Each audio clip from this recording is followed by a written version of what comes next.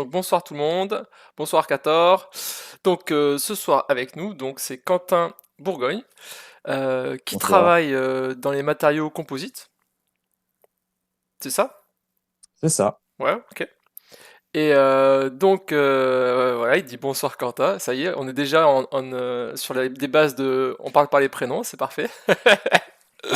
Ah bah C'est fait pour, c'est hein. ça, c'est Internet ça. Voilà, Fabi qui dit bonsoir aussi. Donc, alors les gens du chat ils sont habitués puisque je commence toujours comme ça. J'aime bien commencer, avant de commencer par la physique directement, j'aime bien commencer par un peu le scientifique. La proximité de la distance, il dit, ouais c'est vrai. Du coup, il y a des poètes sur le chat, il y a des C'est poètes. beau, c'est beau. C'est ça. Je me permettrai de la ressortir parce que je la trouve vraiment bien. Voilà, bah du coup tu pourras citer, soit c'est Arcator, soit il a déjà volé lui-même à quelqu'un, mais il y a quelqu'un de sûrement beaucoup plus intelligent que moi qui disait que se faire voler ses propres citations, c'était une marque de grandeur ou un truc comme ça. J'ai pas la citation parce que je suis même pas un bon voleur de citations. Voilà. Ouais, mais au moins, il y a pas de droit d'auteur ni rien du tout, Ouais, quoi. je Si pense que c'est la pas la personne est citation morte depuis complète, un ça petit va. moment, donc du coup Oh, bah, ça c'est devrait être bon, bon. Ouais. hein. Et donc du coup, je commence. Voilà, et tu peux tout le voler dans le partage. Alors, on va pas te donne pas ton adresse quand même, hein, parce que voilà. Mais donc du coup, oui, je commence toujours traditionnellement par on se présente. J'aimerais que tu te présentes un peu, juste genre peut-être ton parcours. Tu prends le temps que tu veux, tu commences où tu veux. Mais histoire que comme ça, voilà, d'où ça t'est venu un peu la science. C'est bon, c'est assez lié à la science, hein. C'est sûr que Hmm. bon, on est moins intéressé par tes histoires de cœur. Bon, tu pourras en parler si tu veux, mais peut-être voilà, c'est pas tout à fait ce pourquoi les gens sont venus. Mais donc voilà, J'imagine, un peu j'imagine. ça le truc. Est-ce que tu veux nous parler un peu de d'où tu viens et comment t'en es arrivé là, quoi? Eh ben, alors, je sais pas trop quels sont les différents parcours qu'il peut y avoir pour ceux qui sont en live avec nous, mais donc, si, s'il y en a qui se posent encore des questions ou qui ont un petit peu perdu espoir, je suis un petit peu, on va dire, l'exemple type du gars qui est limite arrivé là par hasard, au final. Donc, voilà, ne désespérez pas. Si vous sentez que ce n'est pas pour vous, que c'est trop compliqué, trop long ou quoi, je suis la preuve vivante que ce n'est pas le cas. Parce que, alors, pour le coup, rien ne me prédestinait du tout à des études et à un parcours scientifique. Alors, contrairement à mon nom de famille, je suis mosellan hein, de base. J'ai fait tout mon parcours quasiment, même complètement d'ailleurs en Moselle. Bah, en fait, c'est comme beaucoup de monde, en fait, j'ai joué la montre, tout simplement.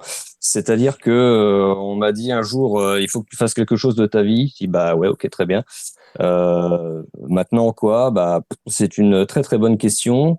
En plus, alors je sais pas trop comment c'est maintenant, mais c'est vrai que à mon époque, Allez, à feu vieux, mon ça y est. époque, à feu mon époque, on nous envoyait un petit peu tous dans les mêmes thématiques. Hmm. On nous destinait un petit peu tous. On revoyait revenir à peu près toujours les mêmes métiers. Ce qui fait que j'avais une vision limite assez désabusée de la vie professionnelle et limite résignée. Je me suis dit, de toute façon, quoi que je choisisse, quoi que je fasse, ça se finira toujours à faire des photocopies dans un Je bureau, vais me faire quel que chier. soit. Ça sera un peu ça, ouais. C'est donc après la question, c'était de savoir, eh ben ok, d'accord, je vais faire des photocopies, mais des photocopies pour quoi? Dans quelle branche exactement? Pour quoi faire? Enfin voilà, je savais pas trop. Donc on m'a dit, bah écoute, si tu veux vraiment jouer la montre, il y a le bac scientifique, c'est bien, ça ne te ferme aucune porte. Oui, le Et puis classique. voilà. Donc c'est ce que j'ai fait. Ça a marché jusqu'au bac. Après, il a fallu que je choisisse quand même. Et là, bah très compliqué aussi. J'avais quelqu'un de ma famille qui avait fait ingénieur. Et bah, dans l'école où il était, c'était une école généraliste. Donc j'ai vu le mot généraliste, je me suis dit ça c'est pas mal parce que du coup ça me laisse encore plus de temps pour choisir. C'était une école en 5 ans. Je me suis dit bah parfait, ça me laisse 5 ans de plus pour réfléchir. Et bah allez, on tente. Bon, Voilà. alors, Et spoiler alerte, c'est pas généraliste pendant 5 ans aussi. Ah, au bout d'un moment, faut quand même se spécialiser un petit peu. il faut se spécialiser. C'est mais bon, c'est même le diplôme à la fin, il est quand même généraliste, même si Ok. effectivement on choisit des options ou ce genre de choses, on peut quand même encore relativement facilement changer de branche entre guillemets en cours de route. Mais voilà, donc je me suis lancé là-dedans. Je me suis dit ouais, ingénieur, ça veut un petit peu tout et rien dire parce que on en trouve beaucoup qui font du management, ce genre de choses. Donc au final, on n'a pas l'impression qu'ils font vraiment de la science. Il y en a d'autres qui font vraiment que de la science dure. Enfin voilà, c'est très très vaste, très varié. C'est nébuleux. Vu que j'ai aucune idée, eh ben parfait. On va faire ça. Et puis bah j'étais un élève, à dire bon, mais sans plus quoi. J'étais pas franchement intéressé, on va dire. Il y avait des trucs qui m'intéressaient. Je me souviens des cours de physique qu'on avait en terminale sur un petit peu sur la physique nucléaire, ce genre de choses. Bah moi je trouvais ça bien, mais pour moi c'était un hobby quoi. Voilà, c'était. Je me dis, je trouverais jamais un boulot où je pourrais vraiment le mettre en application et c'était un peu frustrant.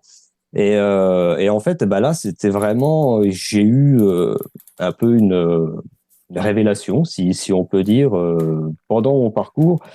Une fois, donc c'est vraiment arrivé très tard, hein, c'est vraiment pendant que j'étais déjà en école d'ingénieur que c'est venu, parce qu'on commençait à entendre parler de gros mots, style mécanique des fluides, thermodynamique, ce genre de choses. Oh, bah, ça, c'est des trucs, déjà rien que le nom, déjà ça attire le regard, quoi.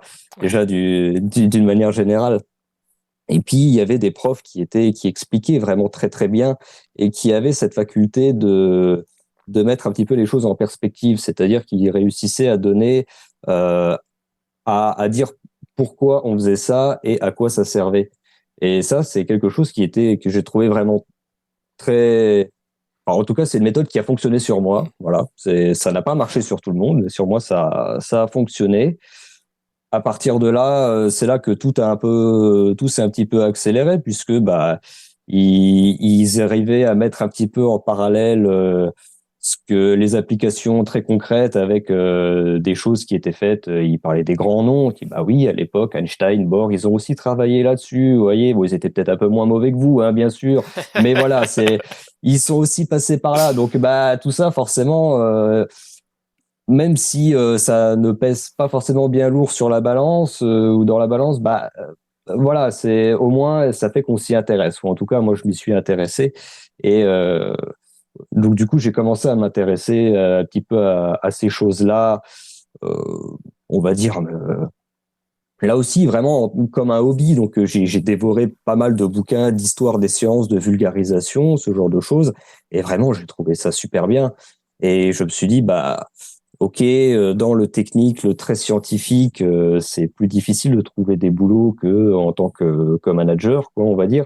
Mais vu que j'ai la possibilité de poursuivre vraiment dans des options, on va dire scientifiques un petit peu plus poussées, bah, pour le sport, quoi. Et puis bah parce que du coup maintenant ça m'intéressait, j'étais parti là-dedans. Et au final, bah, de fil en aiguille, je me suis dit bah ouais, et pourquoi pas. Donc en cinquième année, j'avais fait un double diplôme avec un master en plus du diplôme d'ingénieur. Pourquoi? Parce que bah, avoir un master, disons que c'est plus simple après pour continuer en thèse, Mm. simplement parce que bon, voilà, c'est le système licence, master, doctorat, mais sans avoir forcément l'idée de faire une thèse derrière. C'était vraiment là aussi, encore une fois, pas pour jouer la montre, mais pour ne pas me fermer de porte Ouais. tout simplement. Pour dire, voilà, si je veux en faire une, je peux avoir les outils pour le faire.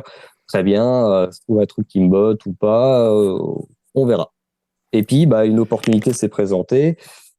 C'était une thèse CIFRE en plus. Donc, la particularité des thèses CIFRE, c'est que ça se fait en collaboration directe avec une entreprise, Mm. partenaire de la thèse. Et donc là, je me suis dit, je suis un peu resté dans mes travers en quelque sorte, puisque bah, je me suis dit, ah bah tiens, comme ça, Je ne ferme pas de je... porte. Le mec ne ferme aucune porte, mais à aucun moment il n'en Exactement, ouvre une, quoi. J'ai fermé voilà. aucune porte, mais j'en ai pas ouvert. Voilà. Et du coup, je sais toujours pas où aller. C'est ça. Donc, bah, je me suis dit, bah, soit si je fais une thèse, bon bah peut-être qu'il y aura, vu que je serai en partenariat avec une boîte, bah soit je peux me faire embaucher à la clé, soit j'aurai plus de chances après de me faire embaucher dans des centres de Mhm. R&D ou ce genre de choses. Soit bah ça me permettra aussi peut-être une bonne fois pour toutes à me décider si vraiment, qu'est-ce qui me botte au final. Si Mm. c'est vraiment de travailler dans une entreprise, en industrie, ou si c'est de rester dans le domaine académique, ou ce genre de choses. Et c'est là que finalement, effectivement, en ayant les deux casquettes, en étant ingénieur un peu projet R&D d'un côté, point de vue entreprise, et vraiment thésard, chercheur de l'autre, c'est là que j'avais choisi finalement. Mieux vaut tard que jamais, mais voilà, donc ça s'est vraiment décidé à la toute fin, hein, pour le coup, mais j'ai enfin réussi à voir ce que je voulais faire à la toute fin, mais sur mes 23 ans, quoi, voire même, on va dire, un peu après, au cours de la thèse. Donc voilà, ça a mis beaucoup de temps. Ça tient aussi un petit peu à de la chance, hein, puisque si j'avais pas rencontré les bonnes personnes, les bons profs, ce genre de choses, je l'aurais pas fait. Si il y avait pas eu cette offre de thèse là, bah peut-être que je me serais pas lancé ou j'aurais fait autre chose. Donc voilà, c'est toujours un petit peu la loterie aussi. Il y en a qui étaient partis directement sur bah moi je veux faire une thèse, je suis là pour ça, c'est sûr. Et au final, ils en ont pas fait, puisque bah, avec les premiers stages en labo, ce genre de choses, Mm. bah, ils se sont dit, oh, bah, finalement, c'est pas, je m'imaginais pas ça comme ça, et bah, ça me convient pas, tout simplement. Et puis bah voilà. Donc c'est très difficile de se dire, tiens, je vais faire ça, et puis je vais faire ça toute ma vie sur ce sujet-là. Bon, après, Personnellement, rassure-toi, j'ai t'es vieux comme tu dis, mais t'as encore le temps de changer si t'as envie. c'est vrai. Tu peux, Oh, tu peux c'est encore plus à changer. mon âge qu'on change, hein, Ah maintenant. ouais, Hein, bah ça. on ne se refait plus, hein. Voilà, bah tu vois, il y a Attendez, Arcator qui dit à son boulot, dans la télécom, il avait un collègue qui a été architecte, puis boulanger. Ah, Donc bah, ouais, voilà, bah, pourquoi pas, voilà. pourquoi pas. Bah tu sais, moi je suis Bientôt, en train d'essayer de considérer le fait de faire une thèse peut-être. Donc tu vois, finalement, j'en change, j'ai ce sens, c'est... bah ouais, il n'y a pas de raison. Après, les thèses, c'est pas une histoire d'amour non plus, mais c'est vrai qu'il faut vraiment être passionné par le sujet, quoi. Parce que après, c'est surtout ça qui va faire. Si c'est juste pour faire une thèse sur un sujet qui nous branche pas forcément, bon, c'est compliqué. Alors que là, bon, c'est quelque part, c'est alors, dans mon cas, en tout cas, mon idée, c'était pas de faire une thèse absolument. C'est surtout parce que le sujet en question m'intéressait. Hmm. Et je me suis dit, bah, disons que si je ne le fais pas, je risque de le regretter. Ouais, je comprends. Après, moi, je trouve, il y a plein de sujets que je trouve très intéressants. Est-ce que c'est parce que, je sais pas, j'ai l'impression que peut-être depuis que je fais les streams, là, je parle à plein de chercheurs qui parlent de leurs travaux et ça m'a donné envie de, de faire quelque chose. Donc on verra. Alors On verra. attention, hein, c'est peut-être aussi comme les CV, tout ça, tout est peut-être un petit peu enjolivé, et puis la réalité, c'est peut-être un peu moins Ah bien. bah de Hein. toute manière c'est sûr que t'as un condensé. Bon les galères des fois les galères tu les dis pas toutes les galères quoi. Mais bon il y en a quand même une qui nous a raconté une galère où ils travaillaient sur un instrument qu'ils allaient envoyer sur Mars 6 mois avant que le truc parte. Ils ont explosé l'instrument. Ah, vache. Donc il y a eu 6 mois pour refaire le truc, ils ont réussi, mais genre bon voilà. Donc du coup des fois tu en parles un peu de tes galères, bah, ça marche, mais c'est vrai que non, bah, je sais bien, mais après c'est comme tout, hein, quand tu parles de ton métier, forcément, tu dis des trucs, c'est pas tout le monde n'est pas rose, mais c'est pas tout le temps rose, mais bon après j'ai aussi dans mon entourage des gens qui ont fait des thèses, donc je connais un peu quand même le monde d'un peu de l'intérieur quoi. Mais Non, et puis c'est le bien. chat est complètement parti en cacahuète. Entre Tony qui dit bon à force il va nous raconter qu'il était boulanger en fait et pas du tout avec le suspense qui dure. Et Alex qui dit vous savez je ne crois pas qu'il y a de bonnes ou mauvaises situations C'est la vrai, c'est classique bien vrai, la c'est classique. bien vrai. Donc voilà. Non, mais c'est bien de parler des galères parce que Ah bah il y en a. quand on est chercheur, de toute façon, quelque part, on peut résumer ça en disant qu'on se tape un petit peu le sale boulot, entre guillemets, hein, parce que c'est 80% de ce qu'on fait, soit ça marche pas, soit on comprend pas pourquoi ça marche, ou on n'arrive pas à interpréter les résultats. Donc c'est le jeu hein, aussi. Donc c'est aussi un petit peu ce que je reproche aux bouquins de vulgarisation ou d'histoire des sciences. Hmm, Ils présentent ça un petit peu d'une manière très linéaire. Alors là, il y a des gens limite un peu surhumains, ils sont arrivés, ils ont fait ça. hmm. Bon, une fois qu'on met un petit peu le nez dedans, on se rend compte que ça n'a pas été aussi linéaire que ça. Donc Oui. c'est Il y en a plein qui ont raté, et même ceux qui ont réussi, bon, ils se sont galérés aussi pendant un certain temps, ah et oui. c'est sûr. C'est sûr, c'est sûr. Ok, bon bah disons que sacrée introduction là. 20 minutes, pas mal. Ok, ok. Alors, du coup, on va rentrer dans le vif du sujet. Peut-être ça, Ouais. ça calmera un peu les ardeurs du chat qui part de blague en blague là. Non mais du coup, est-ce que tu veux... Bah, alors moi je suis assez pour laisser les gens libres de parler un peu dans le sens qu'ils veulent. Tu veux nous commencer comment? Donc en gros, bon je l'avais un peu annoncé, hein, c'est-à-dire que là ce que toi tu fais c'est... Tu vas nous parler des fibres qui pourraient remplacer des matériaux en fibres qui pourraient remplacer des matériaux métalliques Ouais. dans les transports. Voilà. Alors moi Surtout. j'ai des grandes questions. Alors Ouais. une question où je me doute, mais on va quand même y répondre, c'est pourquoi on fait ça? Alors ça, c'est un sujet qui est très très vaste, hein. J'avais préparé deux, trois, Et si tu veux, on tu va peux le dire, faire dans le sens petites que tu veux. slides. Fais-le dans le sens que tu veux pour être à l'aise. Et de toute manière, moi, bah, je t'interromprai Ah oui, régulièrement oui, pour oui, poser des ça, il y questions, et a voilà. aucun souci. Parce que, alors, c'est vrai que c'est une question qui est très très vaste, parce que Yes. il y a beaucoup de sous-sujets en fait là-dedans. Et ça peut aussi faire office de debunk sur beaucoup de choses, puisque bah, surtout en ce moment, on entend aussi beaucoup de choses qui tiennent plus du greenwashing ou de l'effet de Ouais. com qu'autre chose. Donc il y a pas mal de gros mots un petit peu dans ce que je vais présenter, qu'on parle de fibres, de carbone, de plastique, ce genre de choses, ou même du chanvre. Hein, voilà, il y a beaucoup de sujets potentiellement tendancieux, donc Alors le chanvre, c'est peut-être qu'on peut tout de suite dire, c'est pas de la bœuf, hein. Voilà. non. C'est voilà, vive le chanvre, ça y est, tu vois. Alors, je le Voilà, dis à oui, ben l'instant où voilà, je le dis, il y a déjà quelque chose qui s'écrit dans le chat. c'est pour ça. C'était Je sûr, préfère faire le petit disclaimer c'est ça.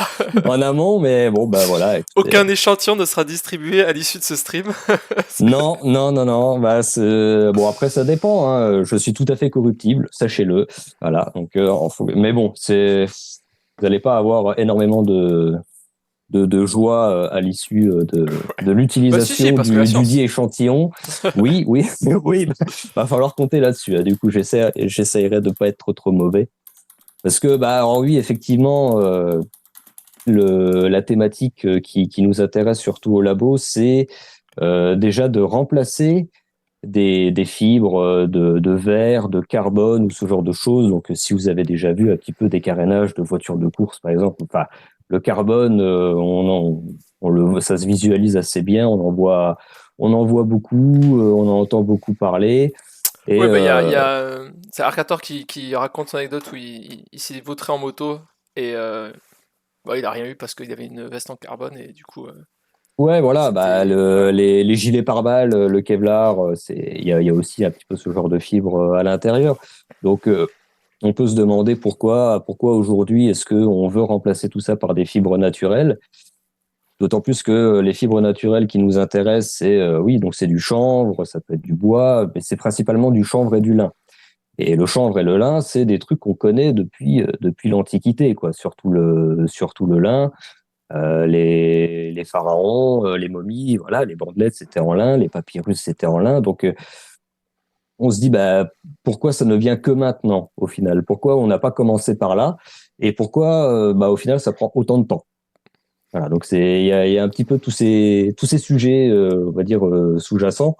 Donc bon, refaire pas non plus à court d'histoire, mais c'est quand même une sacrée épopée hein, cette histoire-là. C'est que effectivement alors, à l'Antiquité, c'était surtout le lin, bah, notamment utilisé par les Égyptiens. Donc, tout ce qui est papyrus, tout ce qui est bandelettes, ce genre de choses, eh ben, tout ça, c'était utilisé déjà. Bah, c'était en lin, tout simplement, parce que à l'époque, bah, le climat s'y prêtait plutôt bien.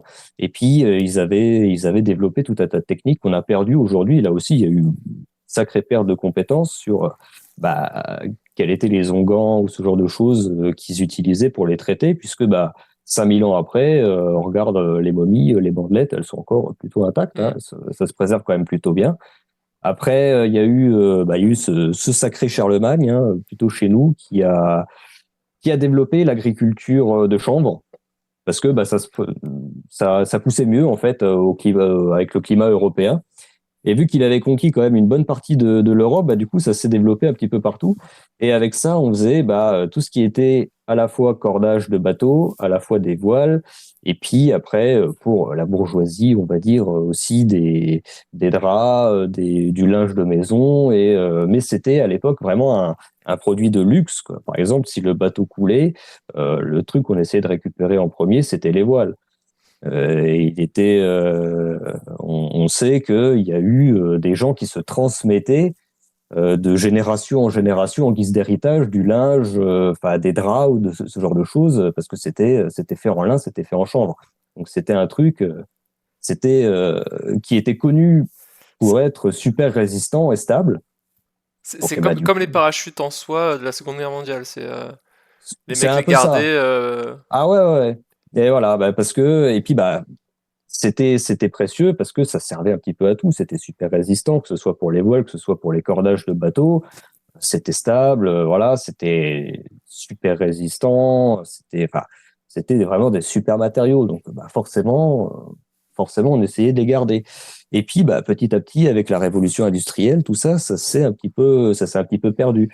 Alors, pourquoi? Bah, forcément, d'un point de vue actuel ou contemporain, on se dit, bah, oui, forcément, voilà, c'était le pétrole, ce genre de choses.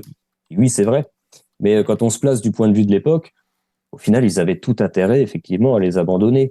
Hmm. Pourquoi? Parce que, bah, il y a eu la révolution industrielle. Donc, déjà, bah, il y a eu une exode rural. Donc, il y avait de moins en moins de monde dans les champs. Donc, pour récolter la plante, c'était déjà plus compliqué. Il fallait produire de plus en plus. Bah, en termes d'agriculture, c'est compliqué. Si on voulait des applications industrielles avec certaines résistances, Hmm. on va dire assez répétable, et bah, quand on a maîtrisé un petit peu la fabrication du carbone, du verre, ce genre de choses, et bah, c'était vachement plus simple. On avait beaucoup d'énergie à l'époque, hein, avec le charbon Ouais, notamment. c'était pas cher. Voilà. Et surtout, on avait quelque chose de répétable qu'on pouvait faire en très grande quantité sans avoir besoin de se poser de questions sur ah bah comment était la récolte cette année, oui bah le fermier il est malade, etc., etc. On n'y arrive plus. Donc, eh ben, forcément, ça a fait que petit à petit, on a remplacé ces matériaux naturels et donc vivants, donc assez difficiles on va dire, à contrôler par d'autres matériaux qui sont vachement plus simples à maîtriser, à travailler et puis bah après, on va dire, à multiplier. Et parmi ces matériaux-là, eh ben, il y en a eu aussi qu'on connaît très très bien et trop bien même aujourd'hui. Bah, c'était notamment les polymères qui ont le mauvais nom, enfin le mauvais nom, le nom de plastique. Mais alors du coup, c'est effectivement ce truc-là, on en parle beaucoup aujourd'hui, ce plastique. Alors, mais au final, qu'est-ce que ça vaut ce truc-là? Est-ce que c'est vraiment le truc, le plastique, c'est fantastique de l'époque? Est-ce que c'est vraiment l'ennemi public numéro un, comme c'est plutôt la tendance aujourd'hui? Alors, si tu me demandes, bon, le plastique, c'est quand même cool quand même. On en fait des trucs. Alors justement, c'est ça, c'est que c'est un petit peu comme tout au final. Comme il n'y a pas de bonne ou de mauvaise situation, il n'y a pas de bonne ou de mauvaise réponse. C'est ça. C'est-à-dire que c'est un outil. Donc un outil, on en fait un petit peu ce qu'on veut avec. Donc en l'occurrence, il y a des bonnes et des mauvaises manières de l'utiliser. Donc forcément, pour nous en tant que consommateurs, ça nous a changé la vie sur beaucoup de choses, y compris pendant le Covid où voilà, il y avait des problèmes en plus sanitaires, donc on se disait ouais, bah, je préfère utiliser une fois et puis voilà pour être sûr qu'il n'y ait pas de bactéries en plus ou quoi que ce soit. Mais bon, disons que on a remarqué que le plastique qui finissait dans les océans, c'était peut-être pas forcément une bonne chose. Mm. Les microplastiques dans l'eau, tout ça, c'est pas terrible non plus. Donc c'est sûr que le Oui, plastique a la eu après bouteille en la plastique, c'est pas le meilleur exemple du bon usage voilà de plastique, on est d'accord, hein. Ça, c'est exactement. sûr que la bouteille en plastique, c'est un peu ni fait ni à faire, hein. Mais dans l'image, on va dire, du grand public, le plastique, c'est ça. Et ce qui est normal, puisque c'est ce qu'on voit au quotidien.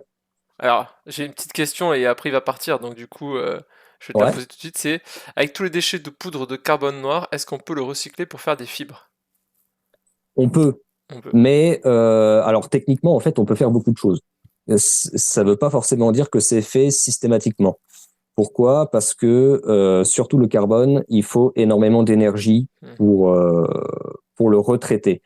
Et ce qui fait que bah, le nerf de la guerre, c'est toujours pareil. Aujourd'hui, Même pour le plastique de grande consommation, c'est pareil. Aujourd'hui, il doit même pas y avoir la moitié des déchets en plastique recyclables qui sont recyclés, tout simplement parce que c'est plus rentable de refaire plutôt que de recycler. Hmm. Voilà. Donc techniquement, on n'a pas vraiment de limite. Maintenant, les moyens qu'il y a autour ne sont pas forcément assez optimisés, peut-être, pour rendre le truc rentable. Et donc, du coup, ça part tout simplement à la poubelle. Oui, ça c'est un truc, quand je faisais des courses, je crois que c'était avec mes parents une fois, je leur disais, en fait, les gens sont très sensibles maintenant à c'est recyclable, c'est recyclable, c'est recyclable, mais il faut aussi acheter du recyclé en fait, parce que sinon, ben, c'est recyclable, c'est le fait de pouvoir être recyclé, mais ça veut pas dire que tu vas l'être quand même, quoi. Et qu'en fait, Voilà. effectivement, oui, y a pas de... Alors j'ai une autre Et question qui est, ouais. comment ça se passe le recyclage de plastique? Alors, on n'est pas venu pour parler de ça, donc je te dis tout de suite, tu auras des questions où tu as le droit de dire que tu veux pas répondre, il n'y a pas de problème. Ah, si, si, non, mais il y a pas de Et problème. voilà, et Alors il dit après, ça en dépend. quelques étapes, enfin rapidement quoi. Alors, c'est très, très simple. Ça dépend des plastiques, puisque il y en a qui ne sont pas forcément recyclables, ou en tout cas, ils peuvent l'être, mais au prix de moyens techniques qui font que c'est quasiment rédhibitoire directement. Pour le cas des bouteilles en plastique, c'est très très simple. Ça fait partie de ce qu'on appelle des thermoplastiques. Les thermoplastiques, c'est en gros des plastiques qui, quand on va les faire chauffer, ils vont se transformer en liquide. À partir de là, on les fait passer dans une moulinette, on les transforme en granulés. Et ces granulés-là, après, on peut les réutiliser. Si on les refait chauffer, on les injecte dans un moule et on retrouve une pièce de la géométrie qu'on veut sans avoir besoin de retouches ou quoi, etc. derrière. Donc, il y a aucun souci particulier. Le vrai problème qu'il peut y avoir, par contre, c'est que c'est comme pour les métaux, là, pour le coup, les matériaux recyclés n'ont pas forcément les mêmes propriétés que Mm. le matériau de base. Donc, on peut pas refaire ça non plus forcément indéfiniment. Et sinon, ça se fait très bien. Et Oui, pourquoi parce c'est que pas j'allais dire, c'est comme rentable? le verre, quand c'est recyclé, la Ouais, couleur, tu contrôles plus trop parce que les oui, minéraux, voilà, voilà. c'est Mais après, le ça. verre, tu gardes quand même pas mal les propriétés, je pense, les propriétés physiques ou Disons qu'on part chimiques, de plus haut ouais. aussi, donc forcément, ça se voit beaucoup moins. Mais en fait, le problème, c'est que le plastique est trop léger, ce qui fait que pour que Mm. ce soit rentable, ce recyclage-là, il faudrait récupérer un volume gigantesque. Et au final, les entreprises n'arrivent pas déjà à récupérer autant de volume parce que ils n'arrivent pas à récupérer assez de matériaux à recycler déjà de base. Mm. Parce que si les gens les jettent un peu n'importe où, forcément on les récupère pas. Et surtout, vu que c'est léger, il faut énormément de volume du coup, et c'est assez compliqué après d'un point de vue industriel. Donc Mm. ils se disent c'est plus rentable de refaire de toute façon. Et puis, hein, ça veut dire qu'il faut changer les chaînes de production, il faut... Ça a Il un y coût, quoi. a ouais, Il faut avoir envie de le faire, c'est ça. faut que le côté marketing, je pense que c'est ça qui est le principal moteur pour l'entreprise, soit suffisant pour que du coup les gens se disent bon bah on va pouvoir axer notre marketing sur le fait que c'est recyclé et C'est donc voilà, mais ouais. sinon c'est vrai que c'est de base ça Bah, a un coût quoi, c'est sûr. c'est toujours ça, c'est toujours un petit peu le serpent qui se mord la queue, c'est-à-dire par où prendre le problème pour démarrer, on va dire, une spirale positive, quoi. Que si je le fais, est-ce que les gens vont prendre conscience? S'ils prennent conscience, ils recyclent. S'ils recyclent, mon entreprise va très bien marcher, etc., etc. Mais bon, voilà, c'est des risques à prendre. Donc c'est pas forcément toujours très très simple. Par contre, l'avantage, c'est que, sur ce genre de matériaux-là, et du coup, je rebondis à la question précédente, c'est que les thermoplastiques, au final, ils sont super simples à modeler. Donc, pour des pièces mécaniques, par exemple, qui ont des géométries de plus en plus alambiquées, de plus en plus complexes, qui sont super difficiles à avoir par usinage, hein, par exemple. Usiner une pièce, déjà, une géométrie simple, s'il y en a qui ont déjà pratiqué, compliqué. Donc, par exemple, les pales d'éoliennes qu'on voit là, les pales, enfin les ailes d'avion, ce genre de choses, c'est des géométries qui sont très très compliquées à obtenir par usinage. Il faut faire plusieurs passes différentes. Avec les matériaux à base de plastique, il suffit d'avoir un moule une fois et puis on a la pièce et puis c'est fini. Hmm. Sans plus de problèmes. Donc, forcément, il y a des applications qui permettent justement de se faciliter la vie sans que la pièce en question finisse dans la mer ou je ne sais où. Donc Voilà. tu penses on aura des avions avec des ailes en plastique? Ça existe déjà. C'est déjà le cas? Ah, je savais pas. Ça existe déjà. Est-ce que c'est chez C'est Boeing? Parce qu'en ce moment, Boeing, alors non, jusqu'à maintenant, touchons du bois, les ailes vont bien. En tout Ok, cas. parfait. Mais oui, ça existe. En plus, je vais pouvoir vous parler d'un cas très concret, puisque moi, j'avais travaillé un petit peu là-dessus pendant ma thèse à l'époque. Alors, j'ai vraiment tout misé sur cette slide-là.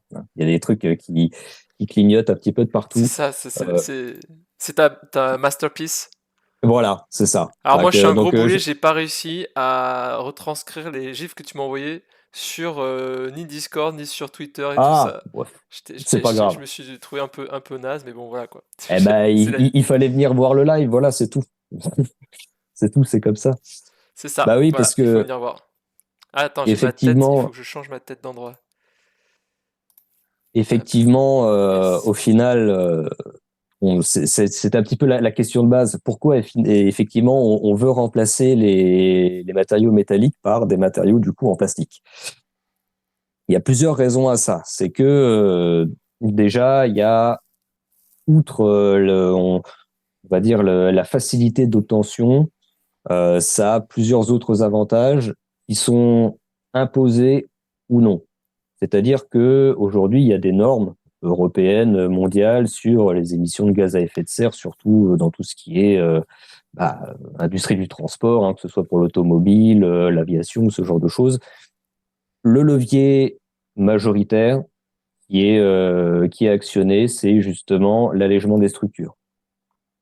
En gros, quelle que soit l'énergie qu'on utilise, qu'elle soit électrique, qu'elle soit à base de pétrole ou ce qu'on veut, moins on a besoin de pousser ou de tirer quelque chose, moins on va utiliser d'énergie. Donc, c'est là que les plastiques interviennent. Pourquoi? Parce qu'ils sont vachement plus légers que les métaux, tout simplement. En plus, ils sont recyclables, plus ou moins facilement. Et vu que c'est plus léger, c'est moins cher et en plus, c'est moins énergivore à produire que des pièces métalliques. Pourquoi? Parce que quand on parle de pièces métalliques, on se dit là aussi tout de suite, c'est recyclable, ça tient bien, il n'y a pas de souci. Ce qui est vrai. Par contre, il faut d'abord une mine, il faut Mhm. creuser pour récupérer le minerai. Le minerai, il faut ensuite extraire vraiment le métal de ce minerai-là. Ça, il n'y a pas 36 façons de le faire, hein. C'est purement de la chimie, ça se fait avec du charbon. Donc c'est l'étape un petit peu compliquée, mais pour avoir vraiment par exemple de l'acier, une fois que l'acier là il est obtenu, il faut le refaire chauffer éventuellement peut-être jusqu'à 1000 degrés parce qu'on n'utilise plus d'acier comme ça, hein. Ils sont tous traités chimiquement, thermiquement pour avoir les propriétés qui vont bien. Et après on les met en forme, on l'envoie au fournisseur qui veut en faire ce qu'il veut, il va l'usiner en plusieurs étapes. Donc il y a beaucoup de pertes, il y a beaucoup d'étapes. Le plastique, lui, il peut être soit dérivé du pétrole, comme c'est la majorité des cas aujourd'hui pour des pièces vraiment structurelles qui vont être sollicitées mécaniquement, ou qui vont être issues de la synthèse de la biomasse, qui vont être créées à partir d'huile de tournesol recyclée, par exemple. C'est un petit peu les joies de la chimie, hein. On fait un petit peu ce qu'on veut, c'est un peu, il y a plusieurs recettes magiques, quoi, mais une fois que, bon, quel que soit le processus, que ce soit à base de pétrole ou pas, encore une fois, on en fait ce fameux granulé là et qu'on envoie à qui en veut, et puis il l'injecte dans un moule et puis il sortent la pièce, quelle que soit la géométrie, sans avoir besoin de la retoucher ni quoi que ce soit. En chauffant Donc moins en plus. voilà. Ah oui, parce que là, 200-250 degrés, on va dire, c'est le bout du monde. Oui, à 1000 degrés, le plastique n'existe plus. Ah ouais, ouais, non, il n'y a plus rien. Donc, voilà, pour toutes ces raisons, les industries des transports, quel que soit, on va dire la méthode de transport, que ce soit du train, que ce soit l'automobile, l'aéronautique, même l'aérospatiale, tout le monde s'y met. Euh, Quel que soit donc le type aussi d'énergie utilisée, hein, même si c'est électrique, on aimerait en consommer moins de toute façon. Donc la question se pose toujours. Donc c'est un petit peu là qu'on intervient, c'est que effectivement ça c'est des choses qu'on sait faire. Le plastique en lui-même, le problème c'est qu'il n'est pas assez résistant pour remplacer des métaux. Donc pour ça, on va venir le renforcer. Mm. Le renforcer, comment? Justement, avec ces fameuses fibres de verre et fibres de carbone, parce que voilà, Oui, c'est d'ailleurs, on super n'a pas vraiment résistant. défini ce que ça voulait dire composite, mais ça, c'est mon boulot, c'est de rappeler les trucs. Ça, tout le monde sait peut-être pas ce que c'est. Est-ce que du coup, tu peux dire rapidement ce que c'est qu'un matériau composite? Un matériau composite, c'est simplement un matériau qui est composé de plusieurs constituants. Donc dans un composite, ici dans les composites sur lesquels je travaille, donc la majorité, la matrice, qu'on appelle la matrice, c'est donc du plastique, mais ce plastique est renforcé avec un deuxième matériau, ce qui en fait un matériau composite. Et le renfort, ça peut être des fibres de verre, ça peut être des fibres de carbone, ça peut être un petit peu ce que vous voulez en fonction de l'utilisation que vous en faites. Par exemple, vos casseroles, c'est un matériau composite. Je ne sais pas si vous connaissez l'origine du nom Tefal, pour la petite anecdote. Alors ça, je sais pas. Euh, Justement, ça vient de la contraction de téflon et d'aluminium. Ah, ok. J'avais le téflon, mais j'avais pas le. Oui, d'accord. Voilà, c'est tout. Et justement, ils ont rajouté cette couche de téflon, qui est aussi un matériau plastique, un polymère à la base, justement pour améliorer Ah, cet aspect Chris Farmer, glissant. il l'a mis. Ça a mis un peu de temps parce que t'as pas laissé beaucoup de temps. Moi, j'ai dit tout de suite, j'avais pas. C'est vrai que. Mais il l'avait. Et Donc ouais, voilà, les skis aussi, c'est matériau composite, ouais. par exemple. Ouais. Oui, oui, oui, là aussi, en fait, tout ce qui est application où il va y avoir un peu style palier lisse, par Mm. exemple dans les turbos ou ce genre de choses, des choses voilà, où il y a du mouvement relatif, on va rajouter du téflon, ce genre de choses, pour éviter qu'il y ait trop de frottement et des casses prématurées. Mais du coup, là aussi, que ce soit dans le plastique ou dans les composites, on arrive un petit peu à faire quasiment ce qu'on veut, on va dire. Là aussi parce qu'il y a les joies de la chimie et tout ce genre de choses. Par contre, le matériau reste un matériau à base de plastique qui peut être plus ou moins sensible, mais les sensibilités, même si elles seront plus ou moins fortes, elles seront toujours là. Et c'est Mm. un petit peu là où on intervient, nous, en tant que chercheurs, parce que, effectivement, on a ces matériaux-là qui sont en gros plus faciles, entre guillemets, à utiliser, enfin, qui ont plein de bons points. On a du verre, du carbone, etc., pour renforcer ce qu'on veut. Ça rend pas le dimensionnement des pièces en composite forcément plus simple. Bien au contraire, d'ailleurs. Alors, c'est pas pour autant qu'il y a des pièces aujourd'hui qu'on n'arrivera jamais à faire en composite. C'est juste que, pour l'instant, on n'a pas encore toutes les informations qui nous permettent vraiment de continuer le développement pour certaines pièces. Par exemple, pendant ma thèse, moi, j'avais travaillé donc avec un constructeur automobile qui font toujours des pompes à eau de refroidissement pour moteur. Mhm. Donc, et eux, ils voulaient faire ces pompes-là en composite, donc à base de plastique. Le problème, c'est que ça, c'est des applications dites sous capot, donc où le cahier des charges, il impose de pouvoir travailler jusqu'à 130 degrés, en étant entièrement et tout le temps immergé dans du liquide de refroidissement.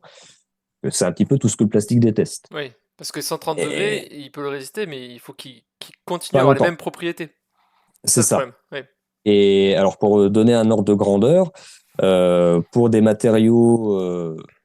des matériaux à base de plastique qui sont réputés pour être stables, hein, qu'on trouve même dans les trains d'atterrissage des avions, par exemple, et celui qu'ils ont utilisé, le matériau qui a été utilisé, donc c'était un PPS, si ça parle à quelqu'un, peu importe. Ce matériau-là, il perd la moitié de ses propriétés quand il est sollicité à 90 degrés. Donc, c'est pas vraiment une haute température, hein, mais pourtant, ça suffit pour diviser par deux sa résistance. Et ça, c'est des choses, fondamentalement, on pourra jamais y faire grand-chose. Mm. C'est-à-dire que avec les joies de la chimie, effectivement, on pourra créer des plastiques plus stables, plus résistants, tout ce qu'on veut. Ah, Mais ça, la nature est faite de telle sorte que ce problème se présentera. voilà, on a un petit. Donc nous, même si quelque part l'anticiper. Ok, Et en gros, tout notre boulot, il est là. ok. C'est une fois qu'on se dit, ok, Attends, on a pardon. en gros. J'ai un truc qui. j'ai un truc qui sonne, j'avais aussi ça ouvert, pardon. Euh, j'ai eu des petits lags là, c'est pour ça que c'est bon là, ça va mieux? Vas-y. Ouais, tu m'entends là ou pas? Ouais, ouais. Ouais, ok, non, moi j'ai. En fait, bon, en même temps, je parlais pas, donc tu t'en es pas rendu compte, mais j'ai eu des petits freezes à certains Ah, moments. ok. Donc, oui, désolé. Alors, du coup, il y a une petite blague. Alors, je sais pas si c'est un nouveau viewer, donc peut-être c'est quelqu'un que tu connais. Je sais pas si t'as fait de la pub ou pas, mais c'est NSM Preach qui dit une petite pensée à la courroie dans l'huile 1.2 de PureTech. Je sais pas ce que c'est. C'est un. Tu sais pas ce que c'est non plus ou si Alors, si, alors, je suis pas tout à fait au courant de l'anecdote, mais effectivement, les courroies de distribution, elles sont en caoutchouc ou en composite aussi, et elles sont en permanence. Là aussi, elles évoluent dans un milieu où il y a de l'huile, forcément, de l'huile moteur. Donc, à dimensionner, là aussi, on retrouve peut-être potentiellement les mêmes problématiques. Donc, D'accord. c'est donc force et honneur à tous ceux qui travaillent là-dedans, bien sûr. On se serre les coudes.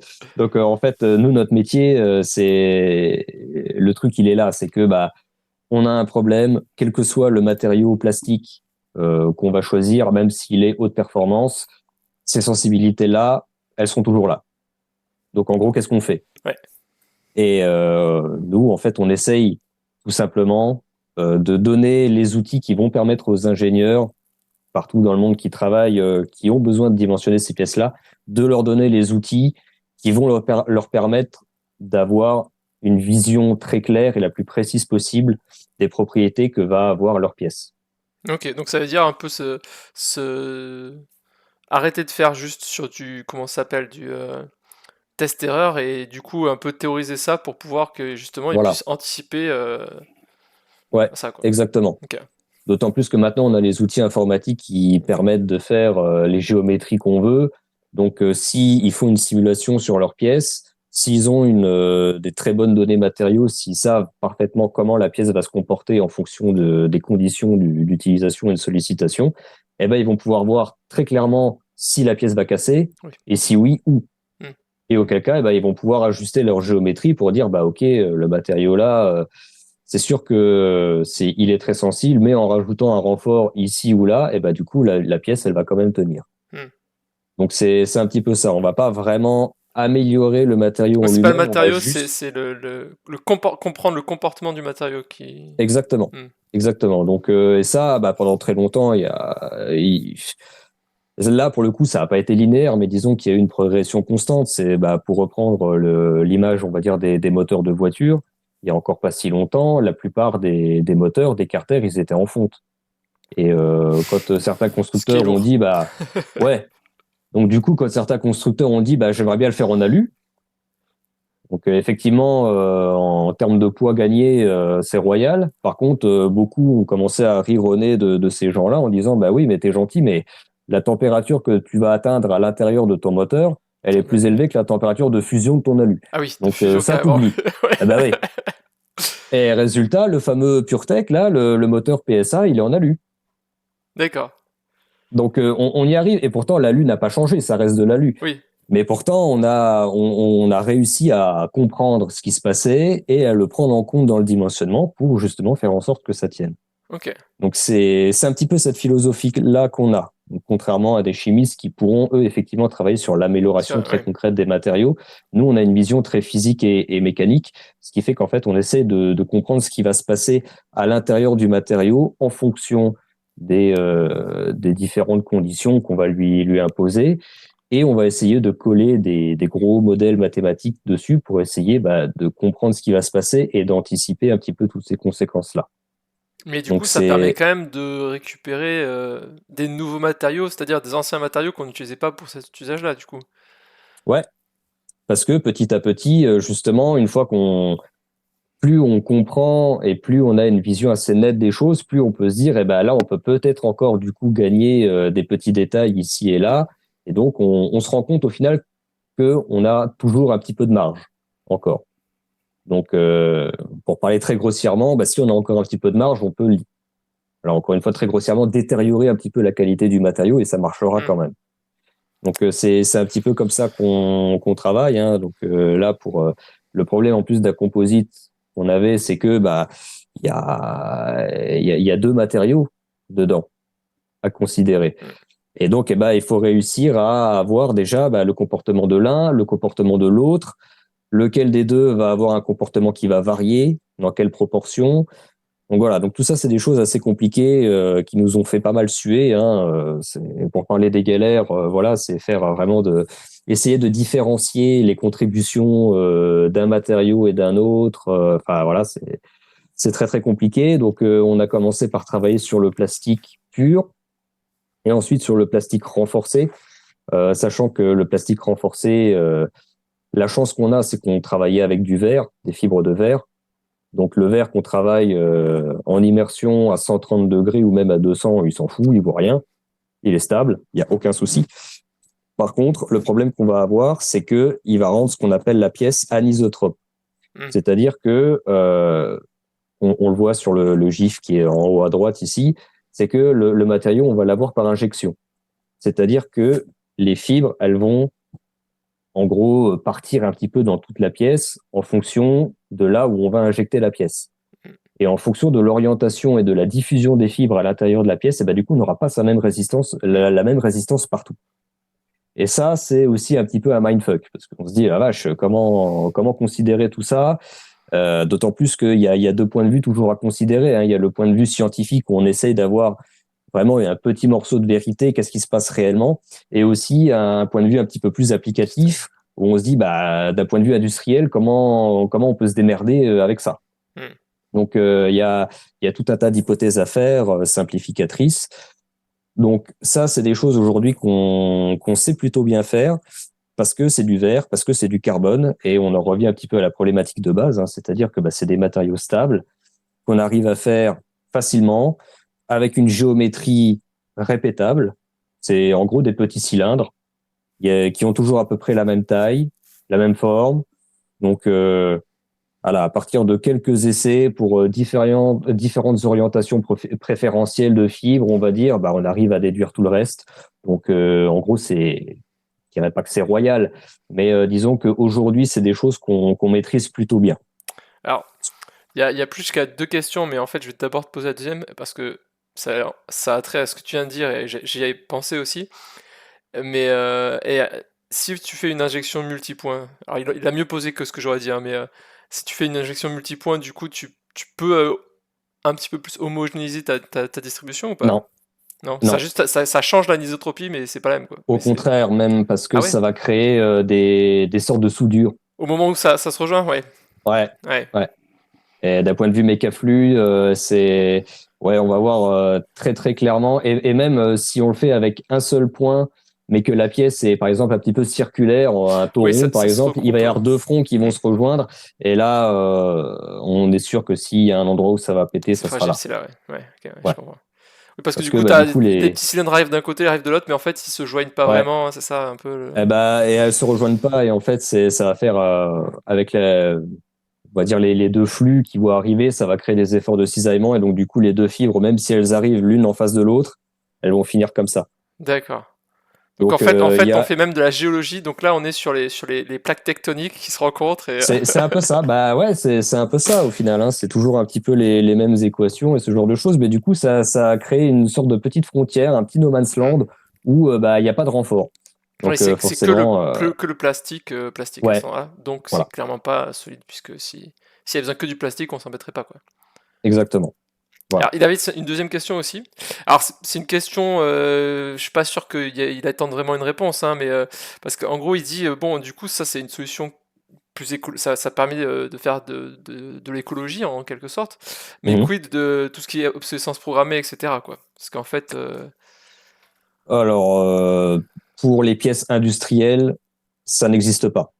ouais, Ça, d'accord. c'est sûr, parce que alors après, enfin, là aussi, il y a énormément de normes d'assurance ou ce genre de choses derrière. Euh, alors là aussi, petit tips pour tous ceux qui ont une voiture, pour avoir travaillé là-dedans, du coup, maintenant je le sais. Quand vous changez votre courroie de distribution, en général, ils vous changent la pompe à eau avec, et c'est à peu près tous les 100 000 kilomètres. Une pompe à eau, elle est dimensionnée pour tenir 300 000. Ok, Sans bon à compter savoir. les paramètres, on va dire, de sécurité qui sont utilisés pour être sûr de tenir les 300 000.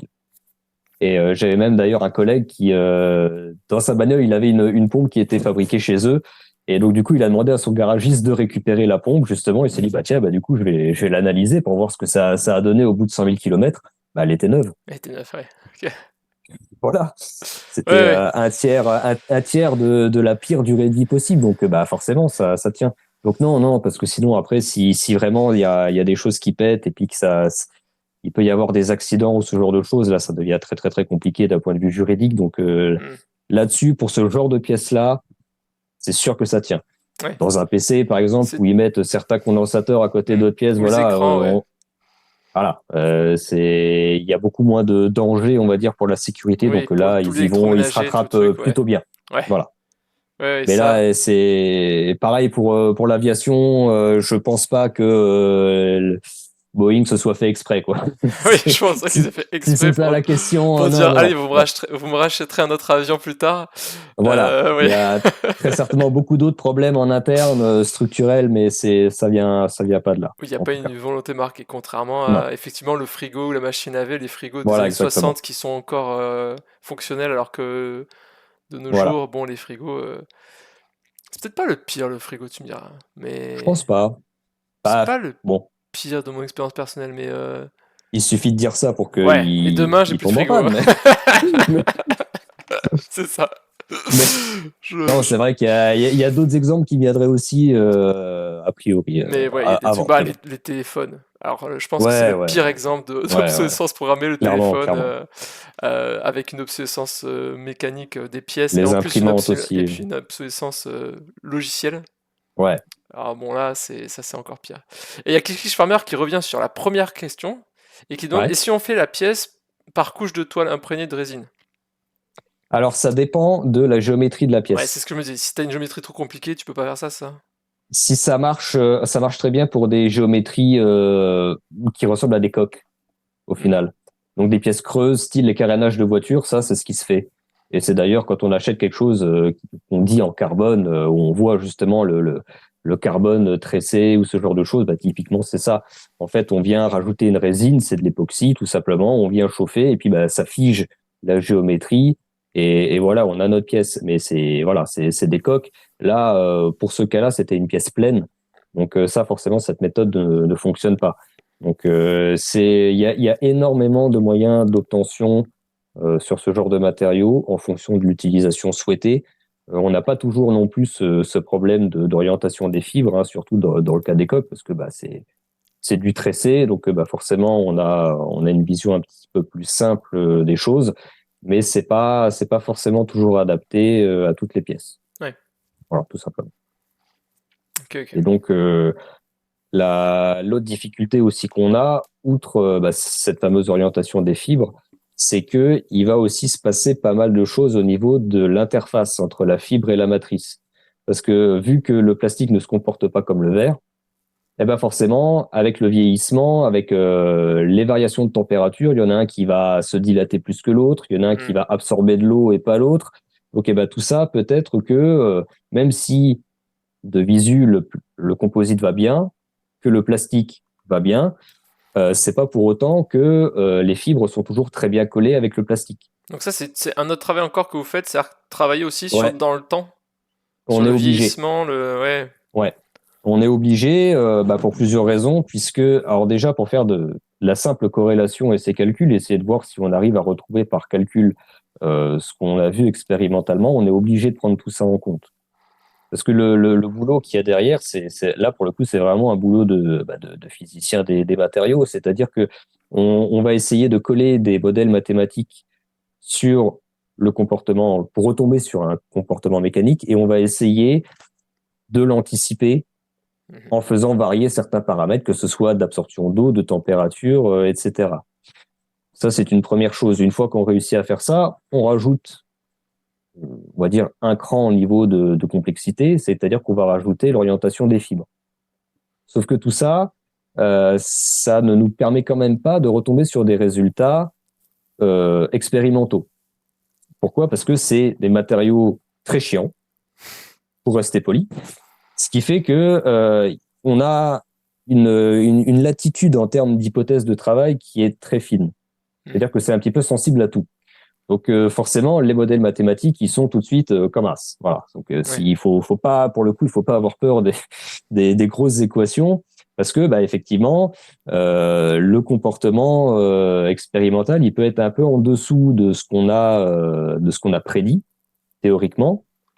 Pourquoi? Bah parce qu'il peut y avoir un petit peu de décollement des fibres par rapport à la matrice et ce genre de choses. Donc, on est obligé de prendre en compte tout ça. On est obligé de prendre en compte la température, puisque bah, une température, une variation de température, ne serait-ce que de 20 degrés, on peut perdre quasiment la moitié de la propriété, de la résistance de la pièce. Donc, on peut pas passer à côté de ce genre de problème, Mm. y compris l'absorption d'eau, parce que même s'il y en a qui absorbent très peu, rien qu'en laissant le matériau à l'air libre, du fait de l'humidité ambiante, même s'il n'est pas forcément, comme dans ce cas-là, qui est extrême, qui est immergé en permanence, il va y avoir de l'absorption. Et l'insertion des molécules d'eau dans la microstructure du matériau, et ben, du coup, ça va, même si c'est réversible pour beaucoup, ça peut quand même avoir à l'instant T beaucoup de conséquences. Ouais, ok. Donc, J'ai fait remarque qui te demande du coup le phénomène d'osmose sur les coques de bateau, c'est ça? C'est l'eau qui est absorbée par le matériau? ouais, oui, c'est ça. Donc, alors après, c'est plus compliqué que ça parce qu'il y a des traitements aussi qui sont faits Mm. sur les coques de bateau parce que, bah, alors là, justement, Ah, sinon. c'est vraiment l'application principale. Mais oui, l'idée, c'est de transformer un petit peu cet inconvénient entre guillemets en force, quoi. Mais c'est plutôt essayer de pallier le plus possible au problème. Mais ça rend d'autant plus difficile la compréhension des mécanismes qu'il y a à l'intérieur, puisque bah, on est obligé de prendre un petit peu tout en compte pour pouvoir retrouver des résultats expérimentaux. Mm. Parce que bah, il y a certains paramètres qu'on peut contrôler et essayer d'éviter, mais il y en a d'autres qu'on aura forcément, quoi qu'on fasse.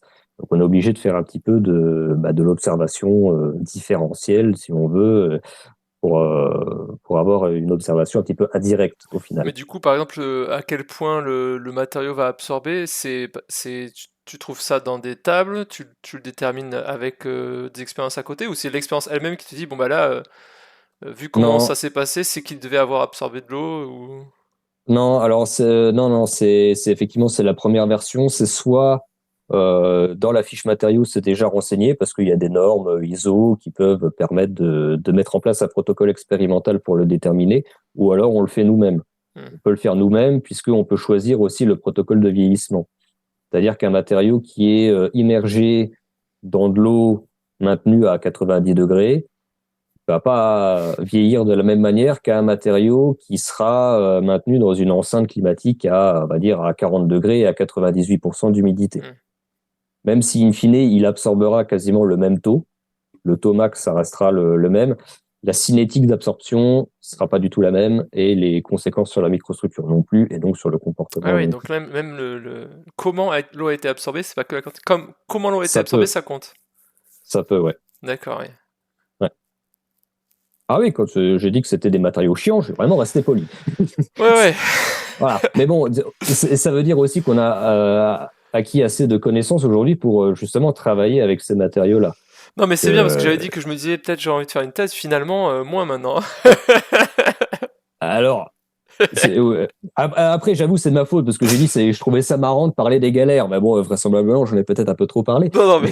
Mais, mais, mais non, mais voilà. Donc, il y a beaucoup de choses aussi. Comment, bah, justement, cette absorption d'eau va jouer sur le décollement des fibres par rapport au plastique aussi. Et donc, comment, au final, même si euh, à la fois le plastique et le renfort vont bien, comment, d'un point de vue purement mécanique, on perd l'effet de renfort, bah, tout simplement parce que Ils sont disjoints.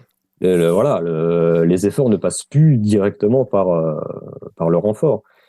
Donc, il y a donc de la propagation d'endommagement, ce genre de choses. Après, on peut aussi faire des essais un petit peu plus statistiques sur des essais en fatigue, par exemple, pour savoir au bout de combien de cycles on va casser. Donc ça aussi pour dimensionner des pièces. Voilà. Donc tout ça, ça fait un petit peu partie de l'environnement de travail, on va dire, et de la philosophie que nous on a. Donc encore une fois, on améliore entre guillemets pas grand-chose. On essaye juste de comprendre pour pouvoir anticiper et permettre de fournir les outils nécessaires aux ingénieurs qui doivent travailler avec ce genre de matériaux. Notre point fort là-dedans, c'est justement le renfort. Parce que ce soit du verre ou du carbone, on est tranquille. Le problème, c'est que aujourd'hui, ça revient un petit peu à ce qu'on disait tout à l'heure, c'est que on a assez de recul maintenant sur ces matériaux pour se dire, ok, on a peut-être encore une petite marge de manœuvre. On n'est pas encore non plus dans du surdimensionnement, mais on pourrait se permettre de jouer sur d'autres paramètres. Donc, les paramètres, c'est simplement de changer le plastique déjà, en prendre certains qui ne soient pas issus du pétrole, par exemple. Ou ce qui peut aussi se passer, c'est de changer le renfort. Et c'est un petit peu ce qu'on essaie de faire. Pourquoi ? Parce qu'un matériau qui contient du verre ou du carbone est beaucoup plus difficile à recycler qu'un plastique qui n'en contient pas. En fait, on arrive très difficilement à récupérer les deux quand on essaie de le recycler. Soit tu brûles le plastique, tu récupères le verre, c'est ça ? Voilà, c'est ça. Et donc, c'est très, très énergivore. Et puis, mine de rien, que ce soit le verre ou le carbone, c'est aussi très énergivore à produire. Donc, on se dit, tiens, finalement, pourquoi on ne retournerait pas aux bonnes vieilles méthodes de dans le temps et qu'on remplacerait pas ça par des fibres naturelles, donc des fibres de lin ou des fibres de carbone, de chanvre, pardon. Sur le papier, effectivement, c'est une bonne idée, ça n'a que des avantages. Maintenant que j'ai présenté un petit peu tous les tenants et les aboutissants et toutes les problématiques du domaine, vous comprendrez, je pense très certainement, pourquoi j'ai mis ce titre-là sur ma dernière petite slide, parce que c'est un bordel innommable. Voilà, très clairement, c'est la merde. Hein. Donc évidemment, c'est niveau recherche, donc c'est forcément toujours la merde, quelque part. Mais vous allez très vite comprendre pourquoi. C'est que avec le verre, on avait, que ce soit du verre ou du carbone, donc des fibres synthétiques d'une manière générale, on avait des petits cylindres qui avaient toujours la même taille, la même forme, toujours à peu près les mêmes propriétés pour les gammes d'applications qui nous intéressent. Le naturel, c'est pas ça du tout. Ouais. C'est pas ça du tout parce que déjà c'est une plante. Donc si c'est une plante, il faut avoir l'agriculture qui va derrière. Donc ça aujourd'hui c'est quelque chose qui est, alors c'est vrai qu'on n'y pense pas forcément à cette thématique-là, mais c'est quelque chose qui va bien au-delà de mon domaine, de ma petite niche de physique. C'est que avant d'être un renfort, c'est une plante et ça vient d'un champ. Donc est-ce que d'une année à l'autre, on a les mêmes propriétés, par exemple, sur les plantes ? Ça aussi, c'est des questions qu'il faut se poser. Si on a une année très sèche ou s'il y a des inondations ou ce genre de choses, on a peut-être plus forcément les mêmes propriétés au niveau du renfort. Oui, la reproductibilité n'est pas assurée. C'est une question qui s'est posée, effectivement. Donc, est-ce qu'il faut avoir vraiment, pour chaque pièce, le CV très détaillé avec la biographie du renfort très clairement, on ne s'en sortirait pas. Mais heureusement, les techniques agricoles ont beaucoup évolué et en fait, c'est un petit peu comme avec le vin aujourd'hui, c'est-à-dire que surtout pour les grands crus, ils arrivent à refaire à peu près toujours le même goût d'année en année.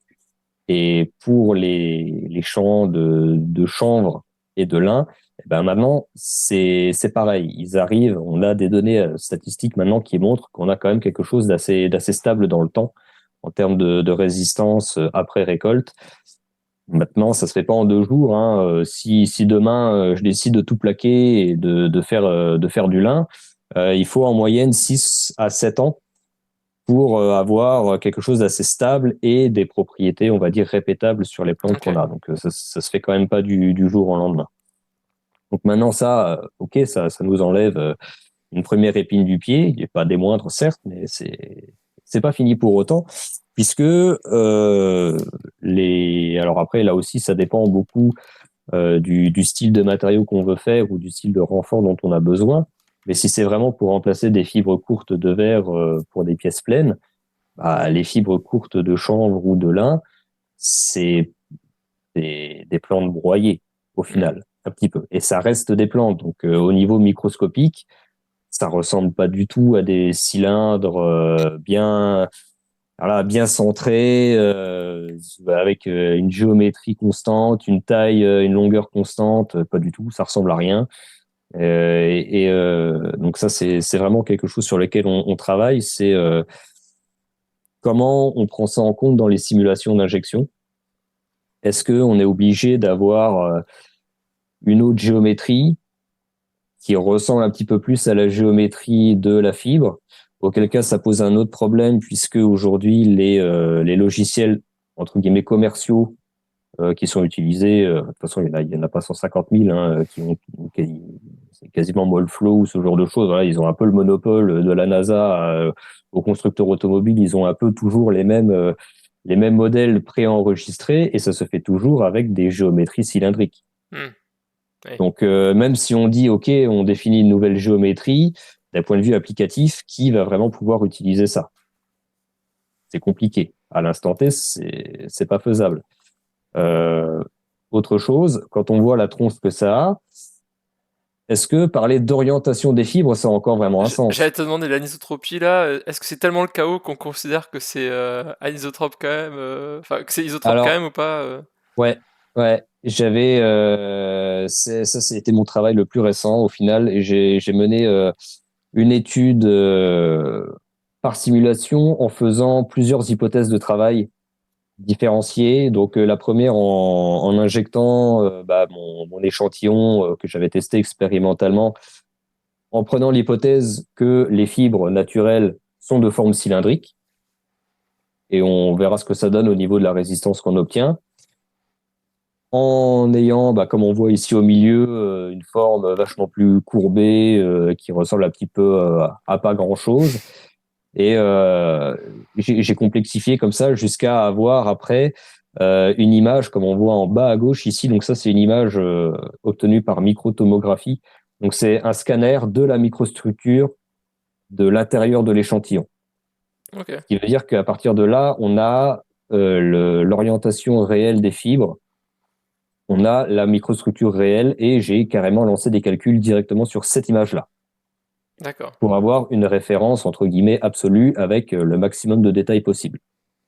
Et ce qu'on voit sur l'image, c'est que effectivement, il y a l'air quand même d'avoir une certaine orientation des fibres qui est assez fine, mais qui est quand même là. Sauf que d'un point de vue mécanique, on a quasiment le même comportement qu'une orientation aléatoire. Ok. C'est-à-dire que les fibres sont tellement courbées dans leur géométrie que, au final, c'est plus leur géométrie, leur courbure qui va avoir une influence plutôt que leur orientation. Ok. Donc ça peut faciliter les choses comme ça peut ne pas le faire. Ça peut faciliter parce que du coup on se dit ouais, du coup j'ai plus besoin de faire de simulation Ouais, d'injection les puisque de calculs toute sont moins façon compliqués.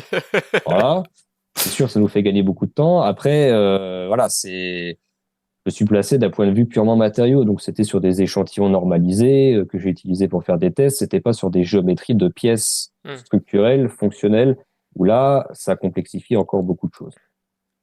Donc ça Il c'est y a Lapino qui te pose une question aussi, c'est ouais. quelle surface de culture pour quelle quantité de composite créer? Alors là, j'en ai aucune idée. Ok. Honnêtement, tout ce que je peux dire, c'est que d'un point de vue production totale de lin, par exemple, il n'y a que 10% de cette production-là qui est dédiée au renfort de composite. Ok. Voilà. Tout le reste, c'est pour faire des vêtements, c'est pour faire des paniers, ou c'est pour faire tout un tas de trucs, mais pas vraiment pour des applications mécaniques. Ok. Voilà. Donc là aussi, ça pose après d'autres questions. C'est comment on pourrait monter en gamme, monter en puissance sur le lin. Pas que sur le lin, de toute façon, puisque quel que soit le matériau, il y a des avantages et des inconvénients. On sait aujourd'hui que la solution miracle n'existe pas. Donc le but du jeu, c'est aussi d'avoir justement tout un panel de Solution. solutions diverses pour justement éviter de recréer un déséquilibre. Voilà, il y en a qui travaillent aussi sur le bambou, il y en a qui travaillent sur d'autres choses. Il y a, tous ont leurs avantages et leurs inconvénients. Donc nous, on travaille plutôt sur chanvre et lin parce qu'on arrive un petit peu plus à en avoir au niveau français. Hmm. Donc c'est quelque chose qu'on pourrait produire et contrôler relativement facilement en France, surtout pour tout ce qui est répétabilité et reproductibilité de la résistance d'une année à l'autre de la plante. Et ça ne veut pas dire que c'est les seuls Oui. candidats possibles. Voilà. Il y a autant de candidats qu'il y a de plantes possibles, c'est juste que, bon, Oui, il y en voilà, a il y en a qui il y en a sont qui plus sont mieux que faciles à d'autres, quand même. obtenir que d'autres. Voilà, parce que là Le aussi, chêne si centenaire, c'est pas forcément le truc le plus idéal à faire faire. voilà, par exemple. Et puis bah c'est pareil, il y a des plantes qui nécessitent beaucoup plus d'eau que d'autres. Donc Ouais. est-ce que c'est aussi, enfin voilà, tout ça c'est beaucoup de questions à se poser qui dépassent le simple petit physicien chercheur Bon. que je suis de toute façon. C'est aussi quelque chose de sociétal, mais voilà. Il y a, je parle beaucoup du chanvre et du lin, et il y a pas que cela. Hmm. Voilà. Il y Par a Kiki contre, Schwammer qui demande est-ce que. Enfin, qui dit. Du coup, faut faire friser les fibres pour avoir des courbures ou.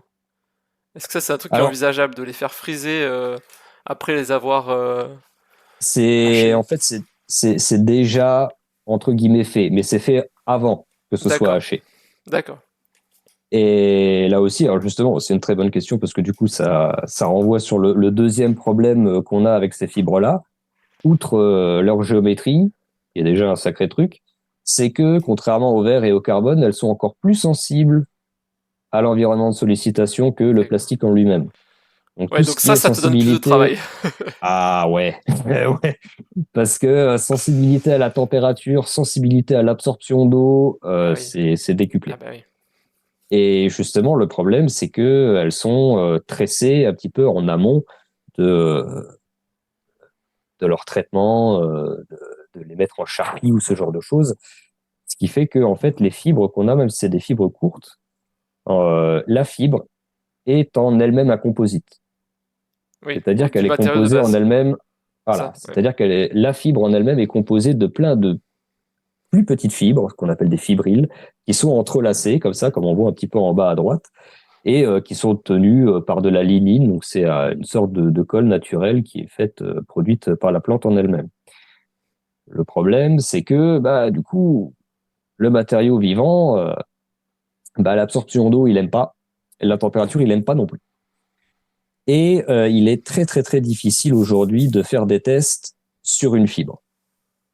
Il y en a très, très peu qui réussissent à le faire. C'est beaucoup trop petit. Il y a des géométries. C'est pareil, rien que pour avoir une section globale sur une fibre comme ça, c'est quasiment impossible, tellement on a des variations. Donc, pour retomber sur quelque chose d'absolu, vraiment de propres matériaux, sans qu'il y ait de biais ou ce genre de choses, c'est très, très, très compliqué. Donc là, rien que pour déterminer les propriétés du matériau, c'est déjà compliqué en Ouais, fait. Ouais, ok. ouais.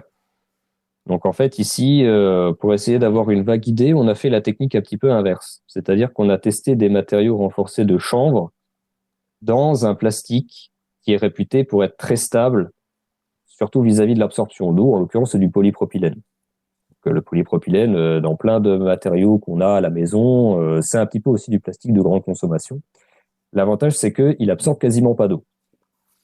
Donc, si on observe une variation de la masse de l'échantillon, on sait que ce ne sera pas fondamentalement le polypropylène, ça sera surtout la fibre en elle-même qui va absorber. Hmm. Et c'est là où on a vu des choses. Alors là, c'était un petit peu ma pénicilline à moi, hein, c'est-à-dire que je m'attendais pas du tout à voir ce truc-là. C'est que à force d'absorber, on a remarqué que les propriétés mécaniques commençaient à s'effondrer, jusqu'à un moment donné retrouver carrément la propriété du plastique non renforcé. Oui, d'accord. Donc on perdait complètement l'intérêt du renfort, alors qu'on n'avait pas absorbé tant que ça, hein. Il y a des matériaux qui peuvent absorber jusqu'à 10% de leur masse en eau, ce qui est quand même énorme. Là, à 1,5%, Capoute. d'un point de vue résistance, on voyait plus aucun intérêt du renfort. Et en passant au microscope, on se disait, mais finalement, bah, les fibres, elles se sont même pas décollées. Donc, on comprenait pas du tout d'où est-ce que ça pouvait venir. Donc là aussi, parler des galères, j'aurais bien aimé voir ma tronche au moment où j'ai constaté que mes deux ou trois seules hypothèses tombaient à l'eau. Je dis, alors là, franchement, je comprends pas. A posteriori, c'est toujours plus facile d'en Ah parler. ouais, ouais, bah maintenant j'en rigole, ouais, mais qu'est-ce que c'est que ce truc? Et en fait, non. Le problème, ça venait de la fibre en elle-même et justement du fait que ce soit un composite. C'est-à-dire que ce Mmh. qu'on voyait et ce qu'on voit aussi sur le tout dernier cliché en bas à droite qui est ici, c'est que au final, une fois que la fibre a absorbé de l'eau, avant même qu'elle ne commence à vraiment trop gonfler à cause de l'absorption, eh ben, ça suffit au final à, entre guillemets, à enlever la couche de lignine Mmh.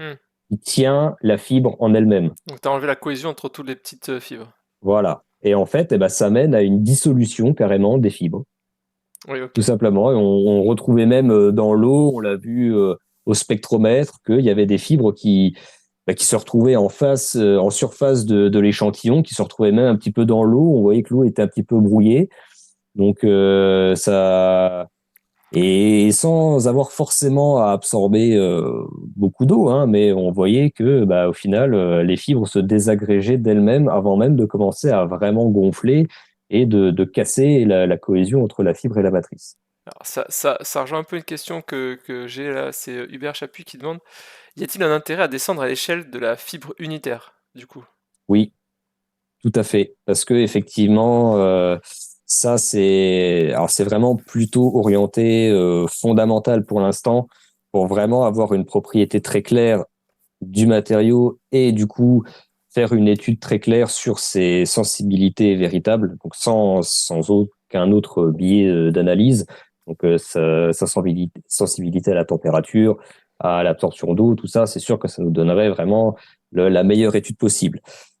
Maintenant, on n'arrive déjà pas trop à le faire sur ce genre de géométrie. Et de toute façon, en termes de renfort, on est encore beaucoup trop loin de maîtriser à ce point les procédés pour réussir à avoir ce niveau-là de détail. Au final, à l'instant T, on a les fibres telles qu'elles sont là, c'est-à-dire entremêlées entre elles. Et déjà là, on galère. Donc, Mhm. avant de, in fine, effectivement, mais ça sera vraiment la toute dernière pierre au final du mur. C'est-à-dire, eh ben, OK, on va faire vraiment une modélisation multi-échelle. On va partir du comportement du plastique. On va prendre le comportement du matériau en lui-même avec le fil unitaire, le comportement de la lignine qui fait en sorte que tout ça se maintient ensemble. Et en faisant des modèles mathématiques de mélange, ce genre de choses, on arrive au comportement du matériau. Aujourd'hui, on n'en est pas là du tout, pas encore. Donc là, il y a encore beaucoup de choses à faire. Même là, pour l'instant, dans les calculs, de par la géométrie des fibres, on est encore incapable d'un point de vue mathématique, ou en tout cas très difficile. Il faut vraiment lancer des énormes calculs pour prendre en compte justement ce décollement qu'il peut y avoir entre la fibre et la matrice. Alors, on est encore d'autant plus loin de prendre en compte la désolidarisation des mini-fibres dans la fibre même.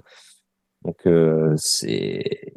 mais on sera obligé de toute façon à un moment donné d'en passer par là pour pouvoir après se dire, eh ben, OK, d'un point de vue applicatif, qu'est-ce qu'on peut raisonnablement négliger euh, pour quand même garder une précision qui est tolérable dans le cadre d'un dimensionnement de pièces qui serait fait en ces matériaux-là. Mais la question reste encore très ouverte. C'est encore vraiment des choses qui sont à l'étude. Expérimentalement, on commence à voir pas mal de choses arriver. D'un point de vue modélisation, c'est tellement le bordel que honnêtement, mettre ça en équation, il y en a qui rage-quittent même avant de commencer. Hein. Je comprends tout à fait parce que c'est un bordel un peu innommable.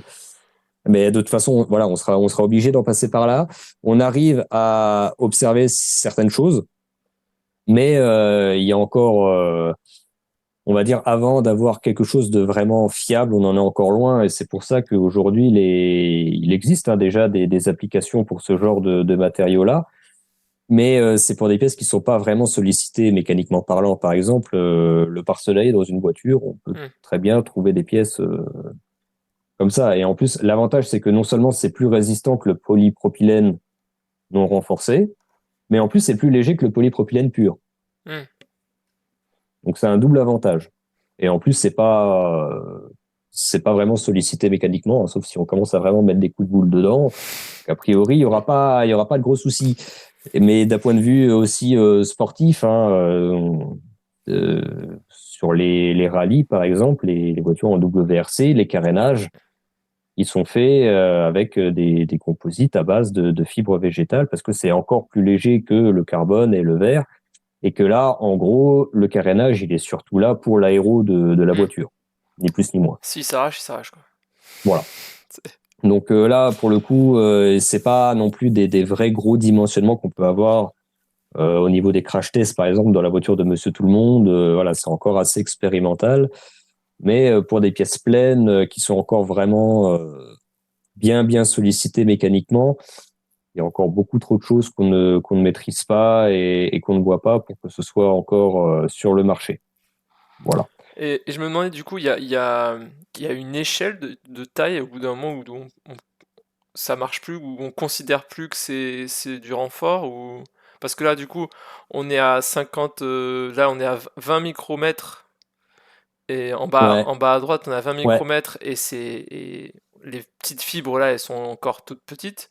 Est-ce Mm. qu'il y a une taille à partir de laquelle, bon, c'est plus considéré comme du renfort, ou... Non, non, non, on peut faire un petit peu ce qu'on veut. Alors pour le coup, c'est des matériaux qui se prêtent plutôt bien à l'impression 3D, parce que maintenant, on arrive aussi à faire des imprimantes 3D avec deux buses, par exemple. Donc, on peut même très clairement avoir une buse où il y a le plastique et une autre buse qui va venir déposer un long fil de renfort, par exemple de lin ou de chanvre. Donc, les fibres longues, ça marche bien aussi. Les carénages, par exemple, c'est comme pour le carbone, hein, c'est du tressé comme ça, donc c'est un peu une sorte de nappe. Donc, il y a pas vraiment de problème. Au final, c'est un petit peu comme avec les cordages de bateaux à l'époque. Plus c'est grand et au final, moins ça pose fondamentalement de problèmes. Parce que on arrive à adapter un petit peu la structure pour qu'elle soit, entre guillemets, auto-renforçante, comme les cordes de bateau. Parce que plus on tire dessus, et puis au final, plus elle se tend et plus le truc est résistant. Hmm. Donc c'est un petit peu pareil ici, sauf que encore une fois, c'est des procédés qui sont pas forcément toujours adaptés pour toutes les applications. Donc il y en a certaines, ça oui, d'un point de vue simulation, sur on va dire des renforts, des microstructures répétables, on commence à voir certaines simulations sortir, des premières modélisations, parce que il y a cet effet de fibres frisées là comme ça qui ressemble un petit peu à rien, de spaghetti dont on peut s'affranchir assez facilement. Ok. Et c'est pareil, c'est bon pour des coques ou ce genre de choses, mais c'est ça reste pas forcément une gamme de pièces minoritaires, mais bon, c'est vraiment une toute petite partie du travail. Et je me demandais aussi, un peu pas, c'est pas grand-chose à voir là tout de suite, mais vous avez essayé, ça s'est testé déjà des fibres d'origine animale, je sais pas, de la laine ou des trucs comme ça. Ah oui, oui, oui, oui, oui, ça Ça se marche fait. mieux, ça Laine, marche moins bien, c'est moins pratique parce qu'il y en a non. moins. Alors déjà, effectivement, il y a aussi un peu tout ce côté éthique qui est beaucoup plus présent quand on passe de ce domaine-là au niveau végétal. Mais c'est vrai que d'un point de vue propriété, le seul truc d'origine animale qui serait vraiment très efficace, c'est de la soie. Mais alors là, le prix, Ouais. Ah, justement, il y a Lapinou qui dit, bah, je voulais justement poser, au moment où tu parles de la soie, il avait fini son commentaire, justement, je voulais poser la question sur la soie d'araignée artificielle, justement. ouais, ouais. Bah, là, c'est pareil, on n'y est pas encore. Enfin, on arrive à en faire, mais c'est vraiment très peu d'échantillons à un prix Hmm. exorbitant pour l'instant. Mais c'est vrai qu'ils avaient déjà créé, je crois, deux, trois protos de gilets pare-balles à partir de ça pour remplacer un petit peu le Kevlar. C'est les propriétés, on les connaît. Hmm. On sait, euh, on sait ce que ça vaut. Maintenant, parce que les gens aussi sont prêts à avoir des usines d'araignées de toute taille, de toute forme, et ce qu'on veut à côté de chez soi pour produire ce genre de truc. Ah, c'est très compliqué. Et puis là aussi, on ne sait pas si c'est très reproductible ou répétable. Hmm. Enfin voilà. Après, bon, j'ai jamais personnellement travaillé dessus, donc il y a peut-être des choses qui m'échappent. Mais le seul souvenir, en tout cas, que j'en ai, c'est que on arrive à avoir deux, trois échantillons, pas en quantité suffisante encore pour faire vraiment des grosses pièces, et que du coup, vu que c'est très compliqué à obtenir, que ce soit de manière naturelle ou artificielle, le prix, Hmm. déjà, surtout quand on est dans le secteur public, pour avoir des échantillons, on est quand même un petit peu obligé de regarder au prix aussi si on n'a pas de partenariat très bien ficelé, si je puis dire, avec, avec le fournisseur ou avec ceux qui réussissent à les avoir. Donc forcément, ça refroidit un peu. Ouais, bah, puis c'est sûr que c'est pas très intéressant de se dire on va travailler sur comprendre le matériau si à la fin on sait qu'on va pas s'en servir parce que ça coûte trop cher, quoi. C'est un peu ça. Après, il y a C'est aussi bien la une, science pour la science, mais bon, à un moment, ouais, bah, c'est ça. Bah, alors après, pour certaines applications, ça peut être très très bien, hein, mais ça restera des applications de niche. Alors, peut-être pour ouais, l'aérospatial j'allais dire éventuellement, peut-être le spatial peut-être, ou ou c'est effectivement le truc. pour effectivement faire des gilets pare-balles ou ce genre de choses où on n'a pas non plus des volumes de production qui sont super élevés. Et ouais, avant de retrouver de la soie dans la voiture de Monsieur Tout le Monde ou dans les avions, ce genre de choses, je suis pas sûr quand même que ce soit pour tout de suite, tout de suite. Ah, il y a Hubert Chapuis qui dit, parce qu'il travaille, il m'avait contacté quand j'ai fait la pub pour ton stream, il travaille, c'est un chercheur aussi en Lorraine, et il travaille, lui, mais il m'a pas précisé exactement dans quel domaine, mais dans un domaine un peu connexe au tien, et il dit, lui, en laboratoire, ils ont travaillé sur les poils de chiens et de chats Ah pour ouais. des applications d'isolation. Ah oui, oui, Voilà. oui. Alors ça, effectivement, c'est aussi parce que bon, voilà, j'ai présenté une partie, on va dire, du travail Il qui est travaille vraiment au orienté LERMAB. mécanique. Mais Voilà. effectivement, il y a aussi d'autres applications hein. Pour les composites, il y en a pas mal.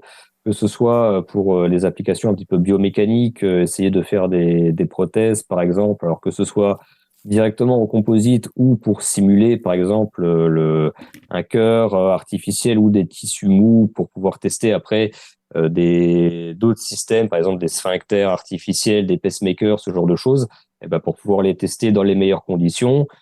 Sur des vrais cœurs, c'est très très compliqué, il faut sur des vrais organes. Donc il y a aussi beaucoup de composites là-dedans pour essayer de simuler le comportement de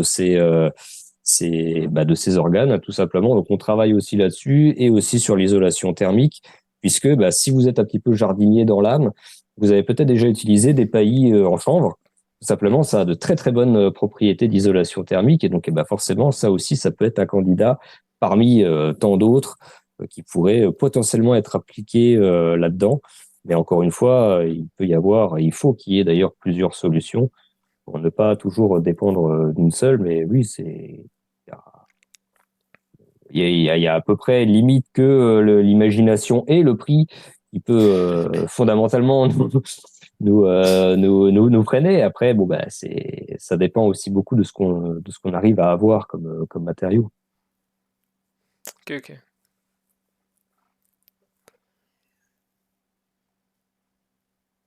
Et alors, il y a Lapinou qui demande quid des cheveux. Alors là aussi, il y a Moi, j'en ai un honnêtement, peu, si tu veux faire des tests, je peux t'en filer. alors Celui-là, là on y touche pas. aussi, ça dépend pas mal de la personne, très certainement. Pourquoi pas? Alors, j'ai jamais testé moi-même. Hein, effectivement, c'est un petit peu comme les fibres unitaires, c'est très très compliqué à tester, très certainement. Mais ça peut l'être. Mais au final, les questions qu'on va se poser sont toujours un petit peu les mêmes. Je, C'est-à-dire, est-ce je que vais, je vais- je te laisse finir ta phrase, mais en fait, enfin, je vais faire une pause de minutes. Faut que j'aille, je ouais, t'avais ouais, dit, ça marche, faut que j'aille. Je suis tout seul pas là de ce soir chez problème, moi, il faut que j'aille consoler le petit là tout de suite. Je reviens dans une minute. ça marche. Donc oui, pour répondre à la question, au final, c'est une très très vaste question. Mais les problématiques qui se posent sont fondamentalement un petit peu les mêmes. C'est-à-dire que personne n'a tout à fait le même cheveu. Est-ce que on peut avoir un cheveu fin, mais pas forcément un cheveu cassant?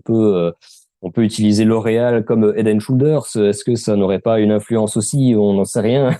Au final, enfin voilà.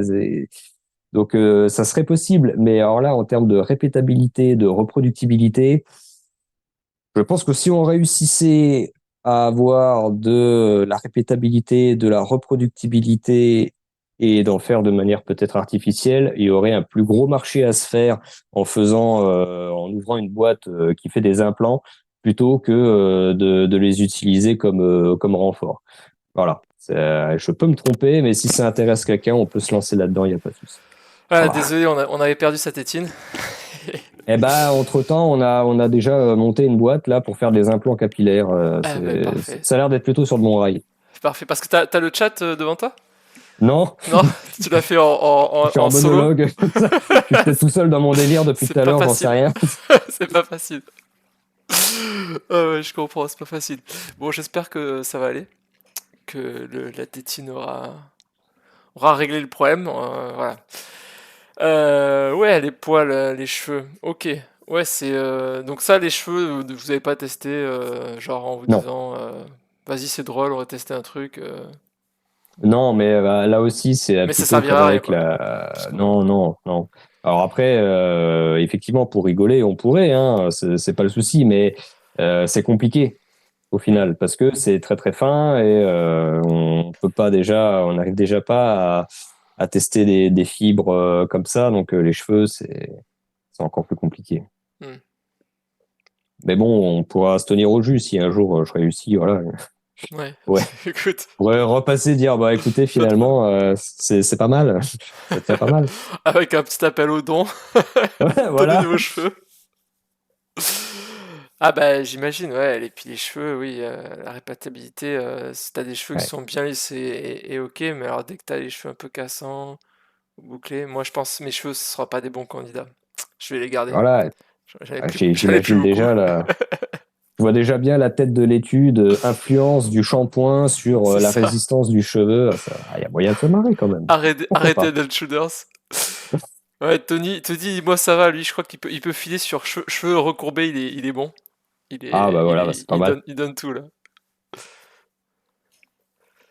Là, puis nous dit, est-ce qu'il n'y a pas un procédé de transformation qui permettrait de remettre de l'ordre dans tout ça?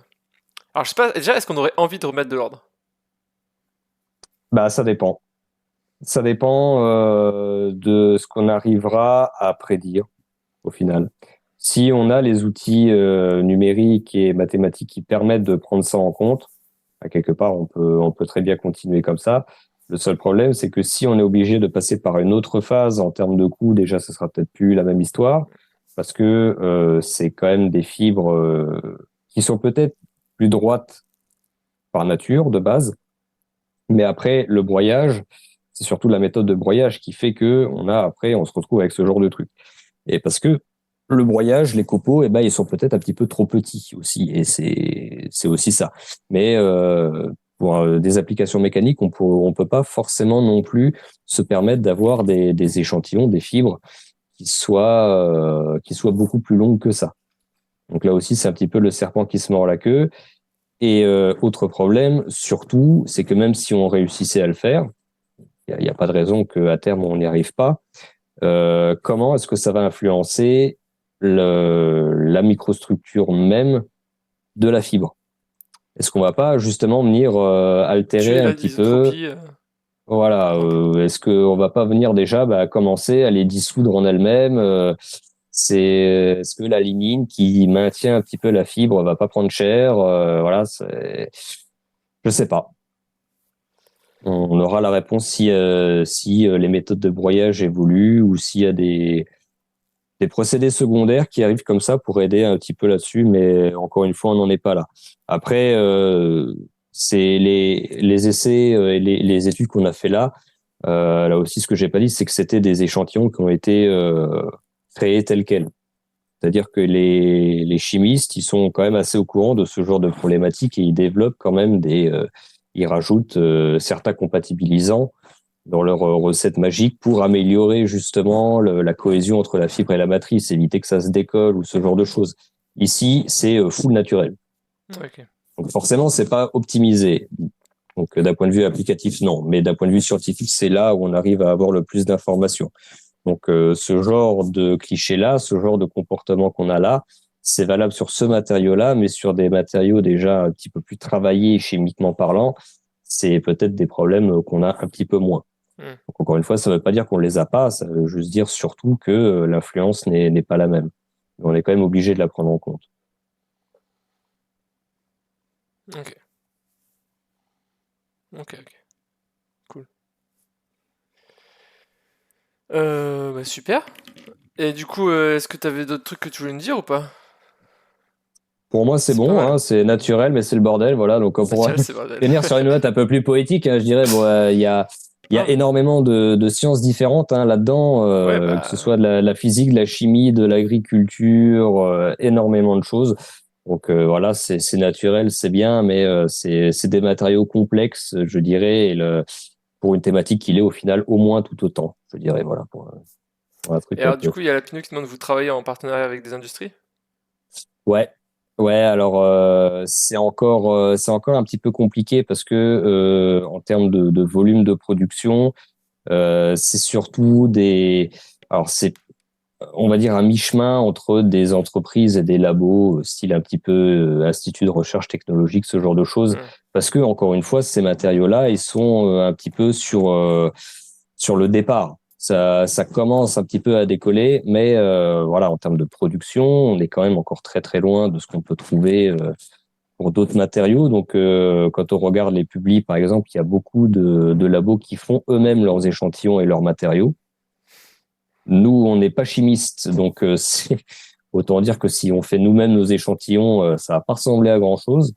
Donc non, on travaille effectivement avec des entreprises qui font pas forcément que des matériaux renforcés, mais qui font notamment de la fibre à destination, à vocation renforçante, que ce soit pour l'industrie textile ou ce genre de choses. Donc on arrive à en avoir, parce que c'est des applications qui commencent à être connues maintenant. On ne regarde plus avec des yeux comme ça quand on vient en disant bah, on aimerait bien utiliser ça pour renforcer nos composites. Ils savent de quoi on parle et ils savent à peu près faire. Mais c'est vrai que c'est encore, disons qu'il y a pas beaucoup d'entreprises qui peuvent le faire. Sur le lin, on en trouve, on va dire de plus en plus. Sur le chanvre, c'est encore compliqué pour des raisons évidentes. Hein, c'est qu'il peut y avoir pas mal d'applications pour le chanvre quand même, certaines plus légales que d'autres en tout cas. Donc, d'un point de vue législation, c'est très très difficile de se lancer là-dedans et de développer la culture du chanvre en France. Hein, forcément, il faut que ce soit vraiment super contrôlé. Et du coup, on a plus de mal à en avoir parce que bah forcément tout ça, ça prend énormément de temps. Mais c'est le même chanvre? Parce qu'il y a plusieurs Oui. chanvres, d'accord. C'est le même. Ah oui, d'accord.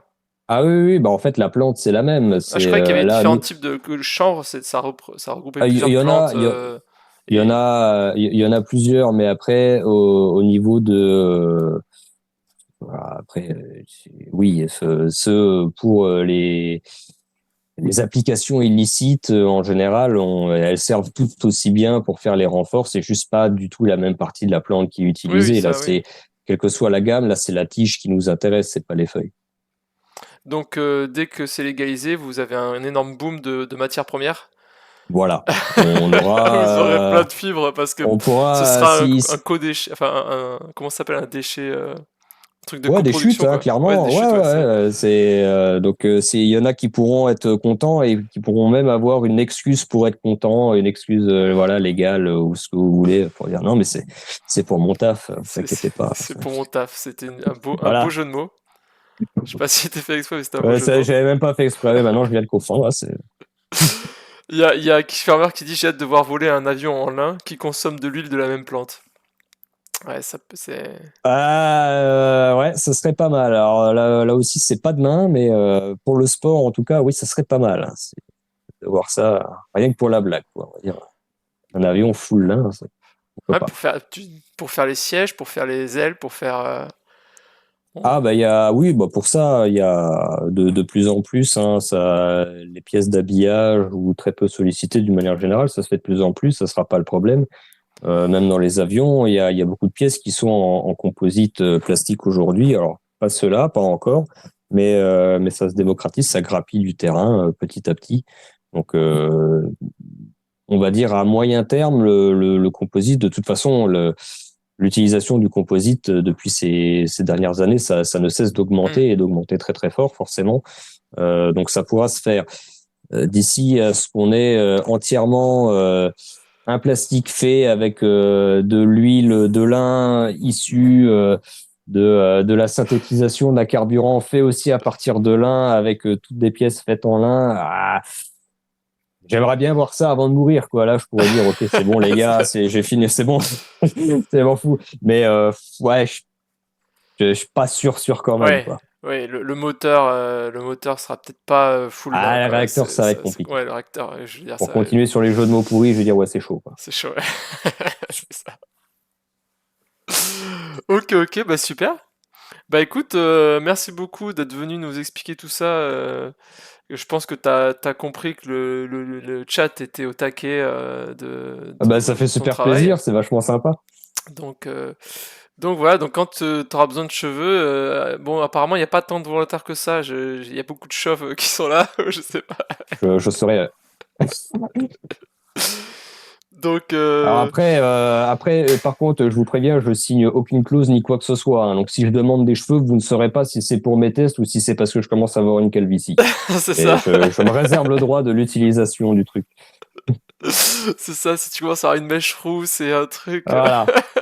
on verra Qu'est-ce que vous en que... pensez? J'ai changé depuis la Ouais, dernière fois, non? pas mal, hein, c'est 100% naturel. Ah, voilà.